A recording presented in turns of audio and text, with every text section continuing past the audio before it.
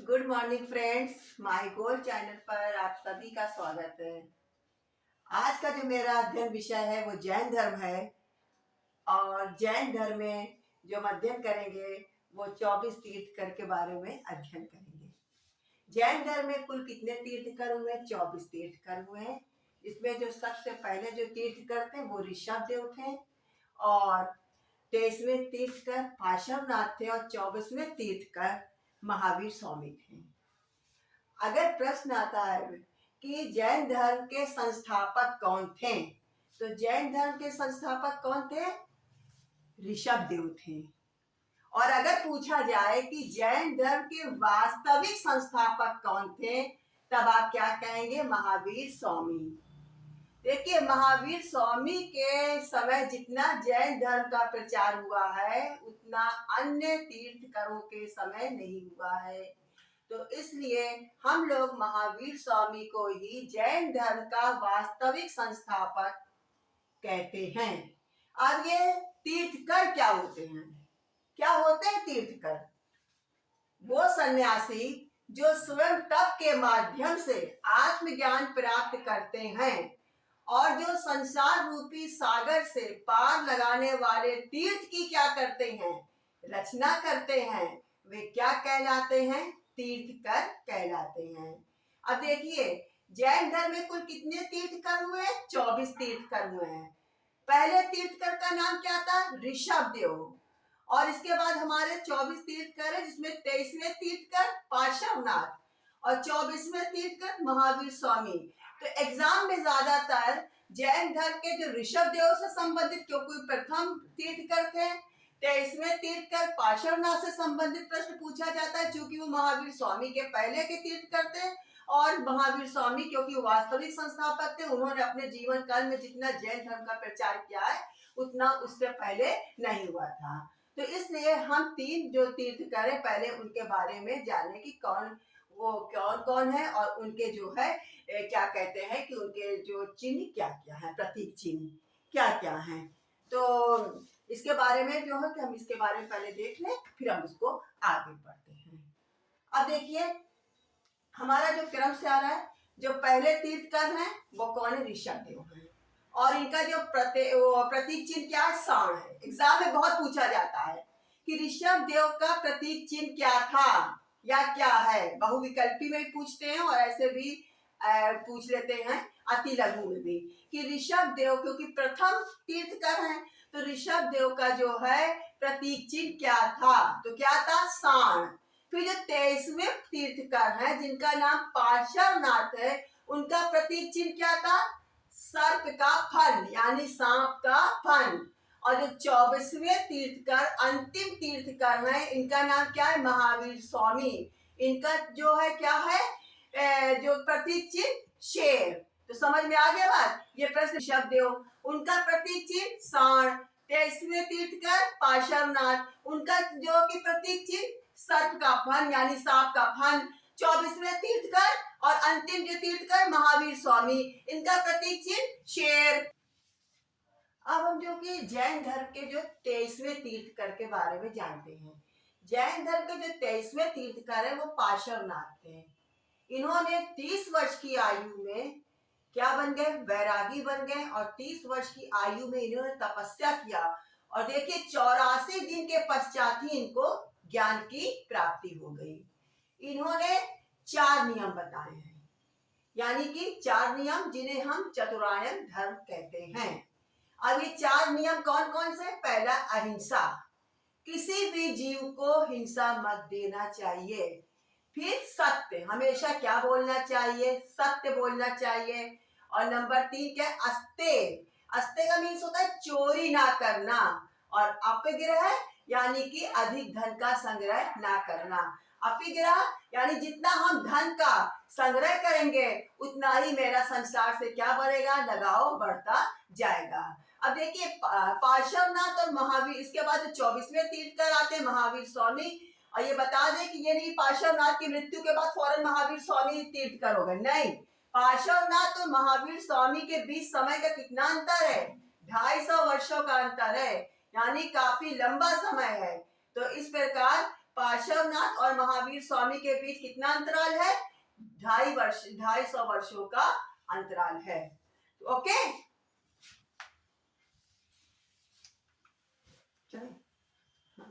जैन धर्म के जो 24वें और अंतिम तीर्थकर थे वो महावीर स्वामी थे। जैन धर्म के 24वें और अंतिम तीर्थकर महावीर स्वामी हैं, जिन्हें हम जैन धर्म का वास्तविक क्या कहते हैं? संस्थापक कहते हैं। ऐसे तो हम ऋषभ देव को संस्थापक कहते हैं क्योंकि जैन धर्म की स्थापना उन्होंने की थी, लेकिन जो 24वें और अंतिम तीर्थकर महावीर स्वामी थे, उन्होंने जितनी जैन धर्म का प्रचार किया है, इसीलिए इस आधार पे हम जैन धर्म का वास्तविक संस्थापक किसे कहते हैं? महावीर स्वामी को कहते हैं। और महावीर स्वामी थे कौन? महावीर स्वामी का जन्म 540 ईसा पूर्व कुंडग्राम वैशाली में हुआ था। कहाँ हुआ था? कुंडग्राम वैशाली में हुआ था। अब इनके पिता कौन थे? इनके पिता का नाम सिद्धार्थ था, जो वैशाली के राजा थे और ये ज्ञात्रिक गोत्र के थे। इनकी माता का नाम त्रिशला था। इनके बड़े भाई का नाम नंदीवर्धन था। पत्नी का नाम यशोदा था। पुत्री का नाम प्रियदर्शनी था और दामाद का नाम जमाली था। और यही जमाली महावीर स्वामी का प्रथम शिष्य हुए। तो महावीर स्वामी के, फिर एक बार रिपीट कर दे रहे हैं कि महावीर स्वामी के पिता वैशाली के क्या थे? जो राजा सिद्धार्थ थे वो वैशाली के क्या थे? राजा थे। और उनका संबंध किस गोत्र से था? ज्ञात्रिक गोत्र या ज्ञात्रिक वंश से था। महावीर स्वामी का बचपन का नाम क्या था? वर्धमान था। देखो, जो कि जब उन्होंने ज्ञान की प्राप्ति कर ली, केवल की प्राप्ति कर ली, तब वो महावीर स्वामी कहलाए। इससे पहले वो किस नाम से जाने जाते थे? वर्धमान के नाम से जाने जाते थे। ओके, ज्ञान की प्राप्ति। तो महावीर स्वामी ने 30 वर्ष की आयु में, जब इनके माता पिता की क्या हो गई? मृत्यु हो गई, तो इन्होंने अपने बड़े भाई नंदीवर्धन से अनुमति लेकर क्या हो गए? सन्यासी हो गए। किससे अनुमति लिया? नंदीवर्धन से। ये इनके कौन थे? बड़े भाई थे। 12 वर्षों की कठिन तपस्या के बाद महावीर स्वामी ऋजुपालिका नदी, ध्यान दीजिएगा, प्रश्न आता है कि किस नदी के किनारे? ऋजुपालिका नदी के तट पर साल वृक्ष के नीचे ज्ञान की प्राप्ति हुई। यानी कि इस पे बड़ा जो ये पॉइंट, इस पे बहुत ज्यादा ध्यान देने की आवश्यकता है कि 12 वर्षों की कठिन तपस्या के बाद महावीर स्वामी ऋजुपालिका नदी, किस नदी के किनारे आता है पूछते हैं? ऋजुपालिका नदी के किनारे साल वृक्ष के नीचे इनको क्या प्राप्ति हुई?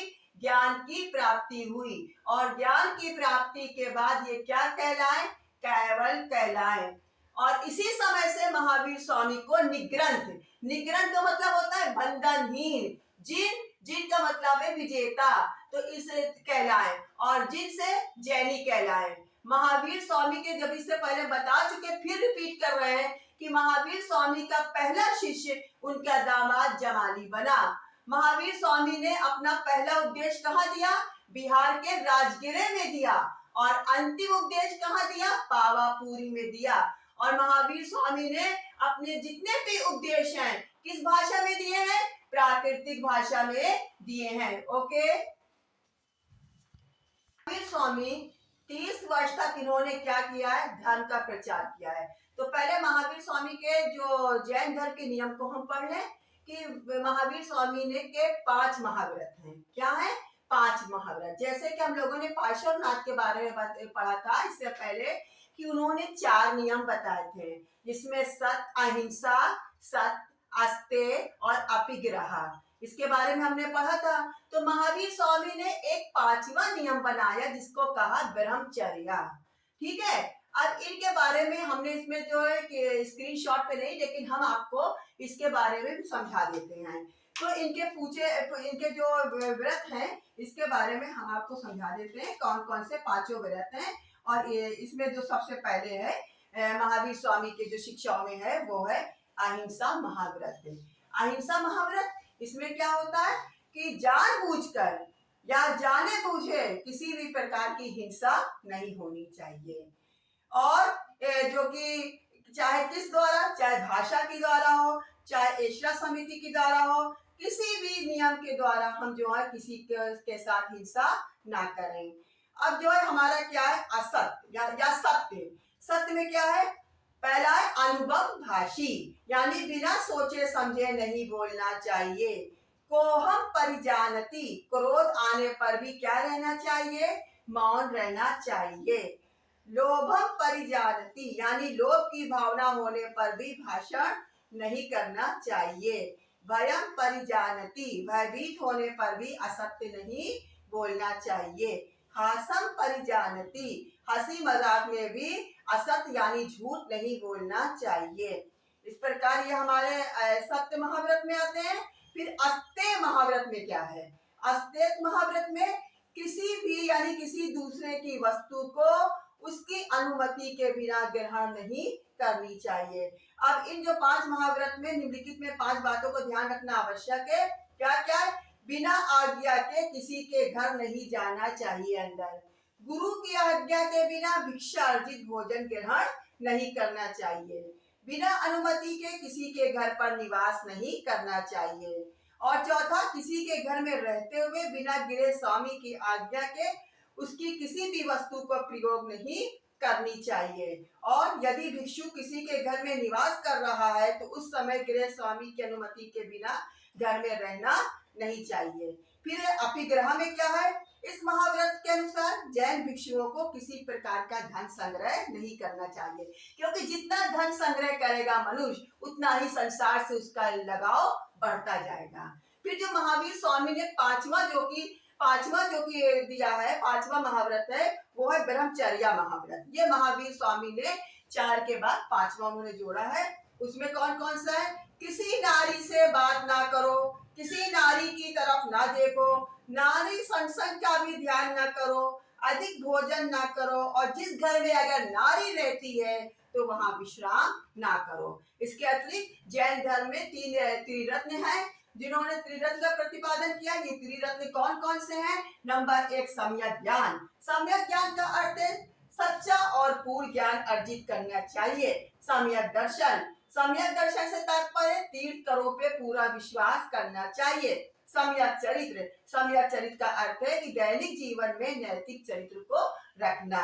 तो इस प्रकार जैन धर्म जो है आत्मा में क्या करता है? ईश्वर में विश्वास नहीं करता, लेकिन आत्मा में विश्वास करता है।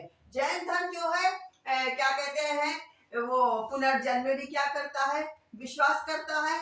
अब इस प्रकार 72 वर्ष की आयु तक महावीर स्वामी ने जैन धर्म का प्रचार किया और उसके बाद पावापुरी, राजगिरे के पास पावापुरी नामक स्थान पर इन्होंने महानिर्वाण प्राप्त किया।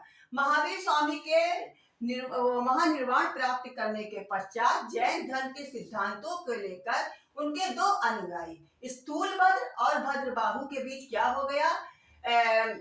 मतभेद हो गया और जैन धर्म हमारा 2 संप्रदायों में बढ़ गया। पहला जो संप्रदाय कहलाया दिगंबर कहलाया और दूसरा क्या कहलाया? श्वेतांबर। अब देखिए इसके बारे में क्या क्या है। देखिए दिगंबर संप्रदाय के जो संस्थापक थे वो भद्रबाहु थे। इस संप्रदाय के लोग कैसे रहते थे? नंगे रहते थे, वस्त्र नहीं धारण करते थे। इस संप्रदाय में स्त्री भाग नहीं ले सकती, यानी इस संप्रदायों में स्त्रियों का कोई भाग लेने का अधिकार नहीं था। इनका विचार था कि स्त्री मोक्ष की प्राप्ति नहीं कर सकती। क्यों? क्योंकि पुरुष मोक्ष की प्राप्ति कर सकता है, स्त्री नहीं कर सकती। यानी कि जब स्त्री अपने जीवन में अच्छे कर्म करेगी तो उसको पुनर्जन्म में पुरुष योनि प्राप्त होगी, तब जाकर वो मोक्ष की प्राप्ति कर सकती है। दूसरा, और इनका एक ये कहना था कि जो तीर्थकर 19वें तीर्थकर मल्लीनाथ थे, वो एक का इसमें यह विचार है कि मल्लीनाथ स्त्री थे कि पुरुष थे। तो इनका ये दिगंबर संप्रदाय का विचार है कि जो 19वें तीर्थकर मल्लीनाथ थे वो एक महिला नहीं बल्कि एक पुरुष थे। फिर हमारा दूसरा जो संप्रदाय आता है जैन धर्म का, वो श्वेतांबर है। इसके संस्थापक कौन थे? स्थूलभद्र थे। और इस संप्रदाय के लोग सफेद वस्त्र या श्वेत वस्त्र धारण करते थे। इस संप्रदाय में स्त्रियां भाग ले सकती थी और मोक्ष की प्राप्ति कर सकती थी। और इनका विचार था कि जो मल्लीनाथ थे 19वें तीर्थकर, मल्लीनाथ एक स्त्री थी। ओके, हाँ, तो ये दोनों अनुयायी जैन यानी कि महावीर स्वामी की ये दोनों अनुयायी स्थूलभद्र और भद्रबाहु ने मगध में जैन धर्म का क्या किया? प्रचार किया। कहाँ किया? मगध में। किंतु मौर्य काल के शासन काल में मगध में 12 वर्ष का क्या पड़ गया? भीषण अकाल पड़ गया, जिसके कारण भद्रबाहु अपने, यानी कि भद्रबाहु कोई दिगंबर संप्रदाय के जो संस्थापक थे, भद्रबाहु अपने सारे अनुयायियों के साथ कहाँ चले गए? दक्षिण भारत में, कर्नाटक में श्रवणबेळगोला चले गए। और उनके साथ और कौन चला गया? चंद्रगुप्त मौर्य भी, मौर्य शासक चंद्रगुप्त मौर्य बिंदुसार को कार्यभार सौंप कर, और वो भी कहाँ चला गया? दक्षिण भारत चला गया, जहां चंद्रगुप्त मौर्य ने संलेखना विधि, अभी संलेखना विधि क्या होता है? संलेखना विधि के द्वारा अपना प्राण त्याग दिया। संलेखना क्या होता है? ये जैन धर्म का महत्वपूर्ण तत्व है। संलेखना में यानी कि बिना अन्न को धारण करे, बिना पानी को धारण करे, अपने शरीर को कष्ट देते हुए जो प्राण त्याग दिया जाता है, इसको हम संलेखना विधि कहते हैं। बहुत से विद्वानों ने इसको आत्महत्या भी कहा है। क्या कहा है? इस विधि को आत्महत्या कहा है। तो चंद्रगुप्त मौर्य ने संलेखना विधि के द्वारा श्रवणबेळगोला में, कर्नाटक में अपने प्राण को क्या कर दिए? त्याग दिए। अब हमारा जो है जैन धर्म का प्रचार में कौन दो जैन संगीतियां हुई? ओके, इसके बारे में हम पढ़ लें। तो जैन धर्म के प्रचार में 2 जैन संगीतियां हुई। कितनी हुई? 2। प्रथम 300 ईसा पूर्व कहाँ हुई? पाटलिपुत्र में हुई। किसकी अध्यक्षता में हुई? स्थूलभद्र की अध्यक्षता में। याद रखना, जैन धर्म की 2 संगीतियां हुई। प्रथम 300 ईसा पूर्व में हुई। कहाँ हुई? पाटलिपुत्र बिहार में हुई। और इसके संस्थापक कौन थे? यानी कि इसके जो संगीतियों का अध्यक्ष कौन थे? स्थूलभद्र थे। द्वितीय हमारी क्या है? 6ठी शताब्दी ईसा पूर्व में हुई। और कहाँ हुई? गुजरात में बल्लभी में हुई। ये बल्लभी कहाँ है? गुजरात में। और इसमें जो वो क्षमा श्रवण टाइपिंग में गलती हो गई है, इसको क्षमा श्रवण के अध्यक्षता में हुई। अब देखिए, जैन धर्म के अनुयायी कौन कौन शासक थे जिन्होंने अपने शासन काल में जैन धर्म का बहुत ज्यादा प्रचार किया? इसमें पाटलिपुत्र का उदयीन टाइप में गलती हो गई है। वड राजा, चंद्रगुप्त मौर्य, कलिंग नरेश खारवेल, अमोघवर्ष और चंदेल शासक, ये सब क्या थे? जैन धर्म के अनुयायी थे। ओके,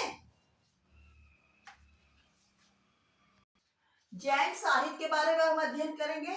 जो जैन साहित्य है उसको हम आगम कहते हैं। जैन साहित्य जो है एक काल में रचना नहीं हुई है, बल्कि इसकी ये रचना अलग अलग कालों में हुई है और सब में समय का अंतराल है। जैन साहित्य को फिर से बता रहे, क्या कहते हैं? आगम कहते हैं। और आगम का अर्थ क्या होता है? सिद्धांत। क्या होता है आगम का? सिद्धांत। अब कौन कौन से सिद्धांत है? पहला क्या है? अंग। क्या है? पहला क्या है? अंग। अंग जो है कितने हैं? 12 हैं। उपांग 12 हैं। प्रकीर्ण 10 हैं। छेद सूत्र 6 हैं और मंगल सूत्र 4 हैं। ओके, कि प्रमुख जैन मंदिर के बारे में अध्ययन करेंगे। तो जो मौर्य काल में मथुरा जैन धर्म का प्रमुख केंद्र था। कौन केंद्र था? मथुरा। मौर्य काल में मथुरा जैन धर्म का प्रमुख केंद्र था। और मथुरा कला जो अभी हम लोग पढ़ेंगे आगे, गांधार कला और मथुरा कला। तो जो मथुरा कला है उसका संबंध किससे है? जैन धर्म से है। कर्नाटक के चामुंड शासकों ने गोमेश्वर की जो मंदिर का निर्माण कराया था वो भी जैन मंदिर से संबंधित था। नंबर 3 क्या है? मध्य प्रदेश में चंदेल शासकों ने जो खजुराहो में जैन मंदिर का भी क्या कराया था? निर्माण करवाया था। और राजस्थान में माउंट आबू में जो दिलवाड़ा के प्रसिद्ध मंदिर हैं, ये कौन से मंदिर हैं? जैन मंदिर। फिर से एक बार देख लीजिए, रिपीट कर लेते हैं कि पहला जो है मौर्य काल में जो मथुरा जैन धर्म का प्रमुख केंद्र था। मथुरा कला किससे संबंधित है? जैन धर्म से संबंधित है। फिर क्या है? कर्नाटक में जो चामुंड शासक थे उन्होंने गोमेश्वर की जो मूर्ति का निर्माण कराया था, ये भी जैन धर्म से संबंधित है। मध्य प्रदेश में चंदेल शासक चूंकि जैन धर्म के अनुयायी थे तो उन्होंने खजुराहो में जैन मंदिरों का क्या कराया है? निर्माण कराया है। और नंबर 4 राजस्थान में माउंट आबू में जो दिलवाड़ा के मंदिर हैं, ये किससे संबंधित है? जैन मंदिर से। तो आज हमने जो आप लोगों को जैन धर्म के बारे में पढ़ाया है, ये जैन धर्म से जितने भी महत्वपूर्ण तत्व हैं जो कि एग्जाम में पूछे जाते हैं, हमने उसका पूरा विवरण आप लोगों को बताया है। और उम्मीद करते हैं कि आप लोगों का आज का जो मेरा जो वीडियो है आप लोगों को पसंद आया होगा। आप लोग इसको सब्सक्राइब करें और शेयर करें और ज़्यादा से ज़्यादा कमेंट्स लिखें।